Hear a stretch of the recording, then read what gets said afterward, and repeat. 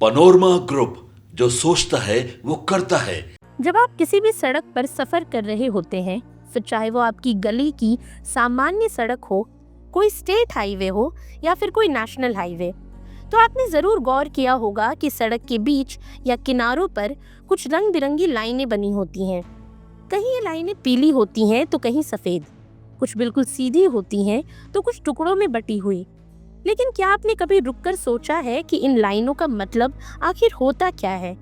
क्या ये सिर्फ सजावटी निशान है या इनमें कोई बड़ा संदेश छुपा है?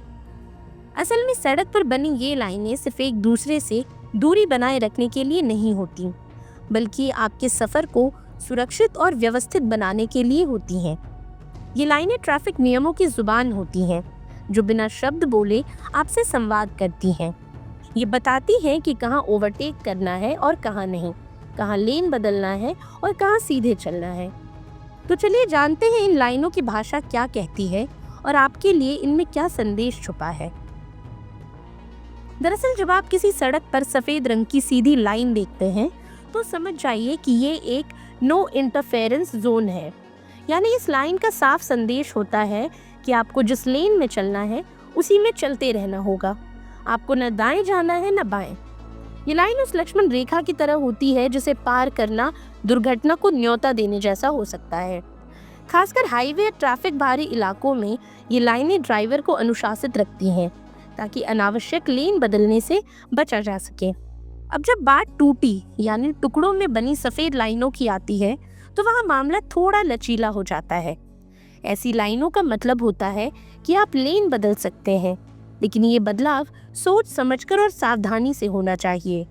आपको पीछे से आ रहे वाहनों की गति का आकलन करना होगा और टर्न इंडिकेटर का इस्तेमाल भी करना होगा।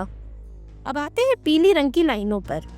जब आपको सड़क पर एक सीधी पीली लाइन दिखाई दे, तो इसका मतलब होता है कि आप दूसरे वाहनों को ओवरटेक कर सकते हैं, लेकिन आपको उस पीली लाइन के पार नहीं जाना।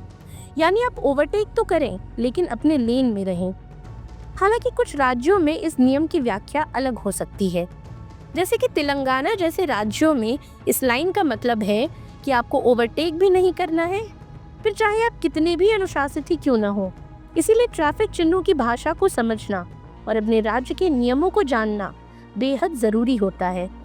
इसके अलावा जब सड़क पर आपको दो सीधी पीली लाइनों का जोड़ा दिखाई दे, तो समझ जाइए कि अब आपको केवल और केवल अपनी लेन में ही चलना है, न ओवरटेक करना है न लाइन क्रॉस करनी है।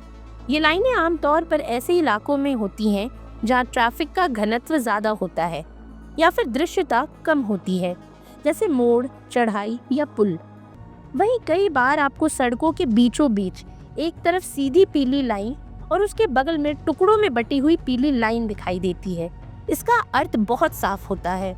अगर आप टूटी हुई पीली लाइन की ओर हैं, तो आप ओवरटेक कर सकते हैं, लेकिन अगर आप सीधी लाइन की ओर हैं, तो आप ओवरटेक नहीं कर सकते। ये एक तरफा अनुमति होती है जो ट्रैफिक की दिशा और सुरक्षा के हिसाब से तय की जाती है। ये व्यवस्था उन रास्तों पर अधिक देखने को मिलती है जहां एक ओर से दृश्यता बेहतर होती है और दूसरी ओर से कम। इससे ये सुनिश्चित होता है कि ओवरटेकिंग केवल वही हो जहां वो पूरी तरह से सुरक्षित हो। तो अगली बार जब आप सड़क पर हो और आपकी नज़र उन सफ़ेद या पीली लाइनों पर पड़े, तो उन्हें बस एक सजावटी पैटर्न ना समझें।